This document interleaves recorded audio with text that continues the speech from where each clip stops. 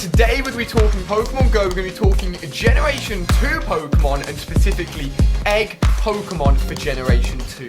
As we know, we've already got 2, 5, and 10 kilometer eggs in the game, but we know all the Pokemon that hatch from those eggs for Gen 1. However, what new Pokemon will be added in when Gen 2 come around, and which category will they be fitting in? Well, if we're clever here and look at the Pokemon in Gen 1, we can find the equivalent Pokemon in Gen 2, and I'm going to be letting you guys know today which Pokemon we should be hatching from which eggs when it comes to Gen 2 in Pokemon Go. Now, I did a video recently telling you guys which candies you should keep hold of in preparation for Gen 2, because a lot of Gen 1 Pokemon have evolutions but turn into Gen 2 Pokemon that aren't currently in the game.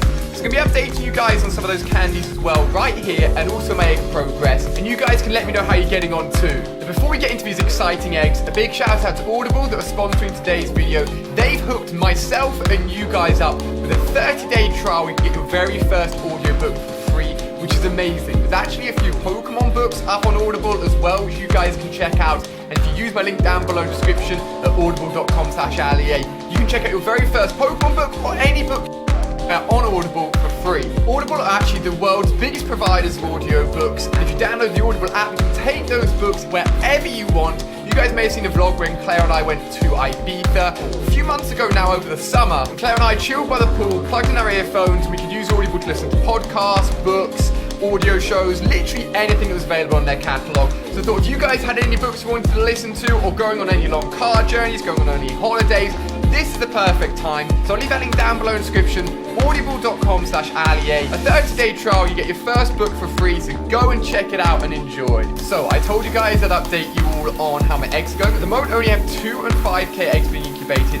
My 10 kilometer eggs are hatching in a specific 10 kilometer egg video very soon, so I'm not going to give away what happened there. Now my Zubat candy is looking strong, 230 almost. I've got some great IV Zubats as well, which means I can evolve with Zubat into a Golbat, all the way into a Crobat when Pokemon Go Gen 2 comes out. With 146 candies for Poliwag to evolve into Poliworld, to then evolve into Polytide when he comes out as well. Still have got over 100 candies for Onix, waiting for Steelix. I definitely need to find a Cypher Nest to get ready for Sizzle. So stop beating around the bush, let's get into Gen 2 eggs, baby. We're going to be kicking off with the 2 kilometer eggs, and I'm going to be showing you guys the Gen 1 Pokemon and how we worked out what we'll be getting then from Gen 2. So to kick off with 2k eggs, obviously we've got the starters, Charmander, Squirtle, and Bulbasaur, which means for Gen 2 we're going to have Chikorito, Cyndaquil, and Totodile. I adore all of these starters. They'll be in 2k eggs, and if you get them, you're going to be excited, you're going to want those candies, it's going to be absolutely awesome. It'd be interesting to know from you guys which starter you'd pick when Gen 2 does come out, so leave that down below in the comment section. Now obviously in those 2k eggs, you've got a lot of Pokemon which when they hatch out, we're like, damn it, we don't need them for anything. They're good for candies and to evolve. We've got Caterpie, Weedle, Pidgey, Rattata, Spearow, and Zubat as well. So whenever those pop out, we're kind of like, whatever, we definitely don't need any of them. So what would those equivalent, sort of more boring, basic Gen 2 Pokemon be? Well, we're going to have Sentret, we're going to have Hoot Hoot, we're going to have Ladybug, we're going to have Spinark, and those guys are going to be the sort of more basic ones. So there's only 100 in Pokemon in Gen 2 as there's 151 in Gen 1, so there's not going to be quite as many Gen 2 Pokemon to put in the eggs, but those are going to be the more basic. Don't really want them. Now in Gen 1 eggs for 2Ks, we've got some interesting Pokemon. We've got Jigglypuff, we've also got Clefairy. Now these are interesting because they get baby Pokemon in Gen 2.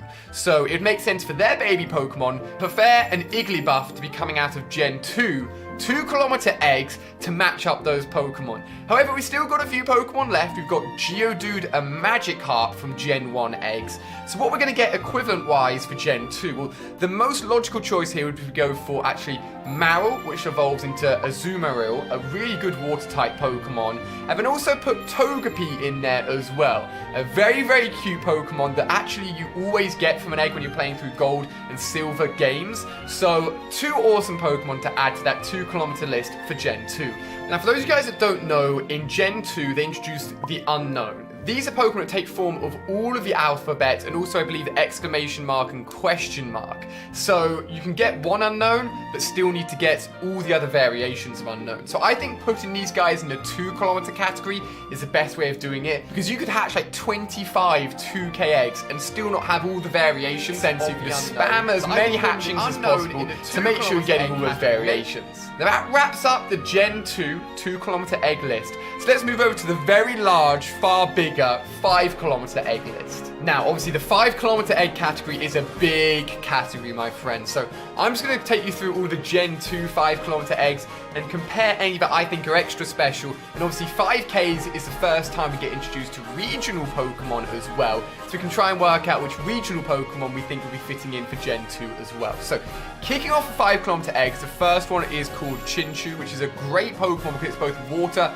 and electric, a great typing combination there as well. Next up we've got Natu, which is a great psychic Pokemon that evolves into X-Atu. Very strong, we see that in the Elite Four in Gold and Silver, a great Pokemon for sure. Next up we have 2 grass-type Pokemon called Sunkern and Hoppip. These are pretty much the Oddish and Bellsprout equivalent for Gen 2. So these are going to be the grass-type Pokemon you'll be looking out for. Next up, one of my favorite evolution chains is Mareep, that evolves into Flaffy, that evolves into Ampharos. I adore Ampharos, it's such an amazing electric Pokemon, and I'd probably compare this evolution chain in Gen 1. Absolutely adore Mareep, I'm going to be getting excited as anything when they come out of my 5-kilometer eggs, so look out for this, it's amazing. Next up we've got 2 water-type Pokemon. We've got Wooper, which evolves into Quagsire, and we've also got Wobbuffet. Wobbuffet has got tons of HP, is a bit of a crazy Pokemon, and these 2 water types will be some great pulls from the 5-kilometer eggs for Gen 2. Next up we have 3 Pokemon that within Gen 2 they do not evolve. We've got Murkrow, which is a flying dark type Pokemon. We've got Yanma, a bug Pokemon, and then finally we've got Aipom, who's got like a big hand as its tail. A little bit weird, I know, but more Pokemon for the 5-kilometer category. Now these next 2 Pokemon are awesome. We've got Pineco and also Fanfi. 2 awesome Pokemon. Pineco, you have to actually headbutt trees in the Gold and Silver game to get them to fall out to try and capture them. It was a hard Pokemon to get for sure. But both of them have 2 stages to its evolution chain, starting off from Fanfi into Dolphin and Pineco into Fortress. 2 really cool Pokemon there, and I'm looking forward to getting both of them. I told you guys the 5-kilometer egg category was a big one. Some more Pokemon we'd throw in there would be to wake him up, to battle him. We also have Gligar in there. We also have Shuckle in there, and all these Pokemon don't evolve in Gen 2, so they're just single-stage Pokemon, so I think they'll be quite rare, so pulling them out of the 5-kilometer category eggs would be a very good pull indeed. We have Snubbull that evolve into Grumble as well, so another Pokemon in there. We've got a few more single-stage evolutions. We've got Dunsparce, Quillfish, Sneasel, and also Corsola as well. And then a few really cool 2-stage evolutions. We've got Swinub, which is an Ice-type Pokemon. We've got Remoraid, and we've also got Teddiursa, who evolves all the way into Eurazing, who's an awesome, huge, giant bear Pokemon. Absolutely love him. Everyone's going to want to get him for sure. Now, 2 of the Fire-type Pokemon that I would always get really hyped for from 5-kilometer eggs would be Ponyta and obviously Growlithe. 2 great Pokemon, and the equivalent in Gen 2 would be Slugma and also Houndour. So Slugma evolves into Magcargo. I'd compare this probably closer to the Ponyta evolution, just because the Houndour into the Houndoom evolution definitely reminds me of the Growlithe to the Arcane evolution a little bit more. So I love those guys. Gonna get hyped for the regional Pokemon. So in Gen 1, 3 regional Pokemon were placed into the 5Ks, 1 into the 10K. Not too sure, to be honest with you guys. But the 3 that I'm gonna take from the 5K category will be Smeargle, who I'm going to say will be the European regional Pokemon.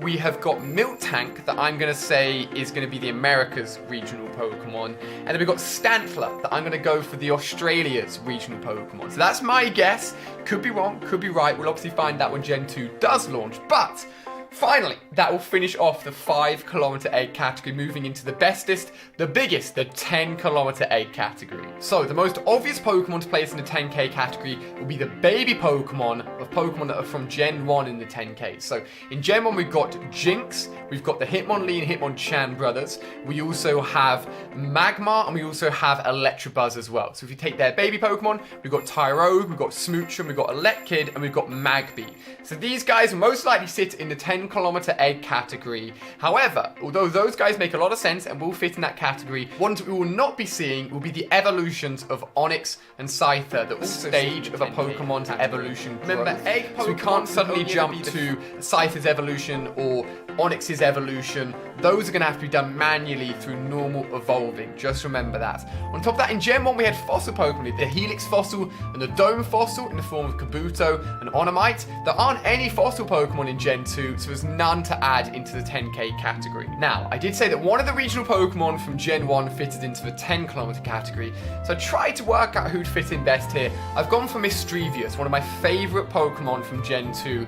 Literally mischievous and so much mystery surrounding it. It is an awesome looking Pokemon, and I'm going to make this all of the Asia's regional Pokemon, okay? So that's my guess. We've got a few in here that are also awesome. Skullmory, adding into one of the Pokemon being Steel type that was added into Gen 2. We've also got Mantine as well, and often Mantine is actually pictured with a Remoraid on its tail as it's swimming around in the ocean. So fun little fact for you guys there. And then one of the strongest, most amazing Pokemon I adore from Gen 2, Heracross. He is so great in the attack stat in the Pokemon games. He's amazing, a great bug-type Pokemon, and if you pull him from the category, it will be the equivalent of the Dragonite evolution. Pokemon, I'm getting excited to think about it. We've got Larvitar that evolves into Pupitar, which evolves into Tyranitar, and I think Tyranitar is one of the most amazing Pokemon ever. I absolutely adore him. If I can ever pick him up in any Pokemon games, I always do. He has such a good moveset. He's one of those Pokemon I trained to death to get him to eventually evolve and learn all the moves I wanted to in Gen 2. And if you pull a Larvitar from an egg in the 10 kilometers, you will be buzzing. I'll be buzzing. I've never pulled a Dratini from a 10-kilometer egg, so hopefully I get better luck with the Gen 2 10-kilometer eggs. Wow, well that went on a lot longer than I thought it would. We've covered so many Pokemon for Gen 2, 2 kilometers, 5 kilometers, and 10-kilometer eggs. As of yet, no news on when Gen 2 will be out. I thought this would be an awesome video to cover to get us to have an idea of what we can expect from more eggs when they come out with more Pokemon. So, hopefully you guys have enjoyed this video. Let me know what you think of all of these egg Pokemon. Let me know which one to be looking forward to most when Gen 2 does come out. Stay tuned right here on the channel for more videos. And if you want to see which candies you should be saving up, wait until Gen 2. I'll leave a link down below in the description.